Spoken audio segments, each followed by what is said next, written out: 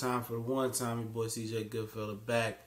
Boxing Clinic and more. It's the Boxing Clinic and more, man. And we back talking some Mikey Garcia talk, man. And I'm trying to find out where is Mikey Garcia, this elite type of fighter at. You know, people say, well, Earl ain't this, and the Charlos ain't this, and maybe say, oh, this guy ain't that. But at the end of the day, Mikey Garcia doesn't have an elite type of resume yet. He has elite potential, and we can see him beating a lot of guys. But like I said, where is this pound for pound elite type of talent, in Mikey Garcia? Y'all know what it is. We back. But what makes him elite? Who is he beating to be elite? And like I said, he's an exceptional talent. Before the layoff, like he was trending in the right direction. He beat Lopez. After Lopez got beat by Salido, he beat Salido before that. He beat Rocky Martinez before Lomachenko did. And his best win is Adrian Broner. Truthfully, his best win is Adrian Broner. But like I said, he got elite type of skills, man. And everybody, he might not be the fast, twitchy guy, but he's fundamentally sound. I think he might be the most technically sound guy in the game right now. I will give him that. But like I said, he ain't been on the elite type of whooping ass spree like he should be. Like he could be. You know what I'm saying? I feel like he ducked the World Boxing Super Series tournament, and people say, well, it's more money to be made, and that's fair. Because potentially he can go out there and get some pay-per-view fights, and it's a rumored Showtime pay-per-view. It's a mystery, so I don't know what it could be. I really don't. Some people threw out it could be Mikey and Errol. I always hear Robert Garcia shoot that fight down.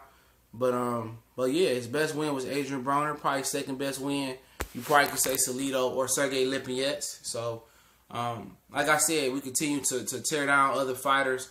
But like I said, you can't throw rocks in your favorite fighter living in a glass house as well, too. And a lot of these guys are living in glass houses. A lot of these guys don't have elite type of fights, over elite competition because, it's an epidemic in boxing going on. A lot of these fighters don't want to fight other elite competition. They're making so much money, whereas that, when they fight elite competition, the money ain't enough for them to step up and put their reputation on the line. And I'm not saying Mikey Garcia is a casualty of that or is a product of that, better yet to say. But like I said, when people put down Earl and then talk about Mikey, there's no difference there. Really, there's no difference in that. And by the eye test, I think Earl looks better for his division, but obviously Mikey's moved up a few times. He has moved up a few times, man. And if he truly does take the challenge of facing Errol Spence, kudos to him. I give a lot of props to him. He takes that challenge, man, and he defeats Errol Spence. I know a lot of us say we don't see no way, ain't no way. In my future voice, ain't no fucking way. But if he creates a way and dominates Errol Spence and somehow beats Errol Spence, then you got to give him elite status. If he can get Lomachenko in the ring and beat Lomachenko, you got to give it to him. But you can argue that Lomachenko's done more in the sport than Mikey Garcia has. And we know Mikey's had the 2-year layoff, but still, he's tripling up Lomachenko in fights. But like the point of this video is, you could put down any fighter and poke holes in any fighter resume right now. It's a transition period from Pacquiao, Mayweather, Cotto to Marquez. You hear me say that constantly. It's a transition phase to that right now. And, we coming out of it. We going to get some fights eventually when some dudes get healed up. Keith Thurman and Keith Thurman Jr. Jerry Swift Hurd is Keith Thurman Jr. in this community right now. But when some dudes get healed up, we get thumping. I think Mikey Garcia going to be right there in the mix. But, right now to call him an elite pound-for-pound fighter, you can do it because it's a lot of guys that's similar to him. But if your best win is Adrian Broner and that was his third L, how can you put him in a class with Terrence Crawford? And people say, well, Terrence ain't did that. Well, Terrence unified belts, undisputed.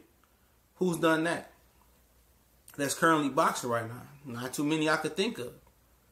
Not too many has done that. So that means something. He's moved up 3 classes and won a world title at 3 different weight classes. That means something. It truly does, and you got to respect what he's done. And then the eyeball test.